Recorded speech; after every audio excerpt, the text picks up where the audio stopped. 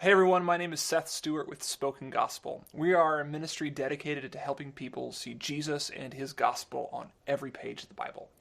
Today's verse is Psalm 139, 23 and 24, which says this: "Search me, O God, and know my heart. Test me and know my anxious thoughts.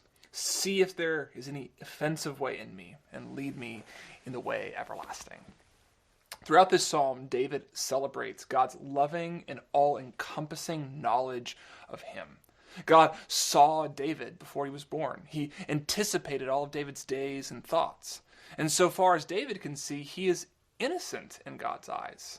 But the presence of numerous enemies seems to indicate that David must be guilty of something. So he asks God to look at his life and see if there is anything he's done to warrant this oppression. He implores God to examine him, not because he thinks he's guilty, but to prove his innocence. He asks God to give him a life that reflects his innocent heart. David's situation may not sound familiar to you. You probably don't think you are innocent enough to deserve everlasting life. But in Jesus, you are. Jesus knows you more intimately than you know yourself. He sees who you really are all the way down. And he knows that your heart is not innocent and therefore does not deserve everlasting life. But despite an all-encompassing knowledge of your guilt, Jesus gives you his innocence through his death on the cross.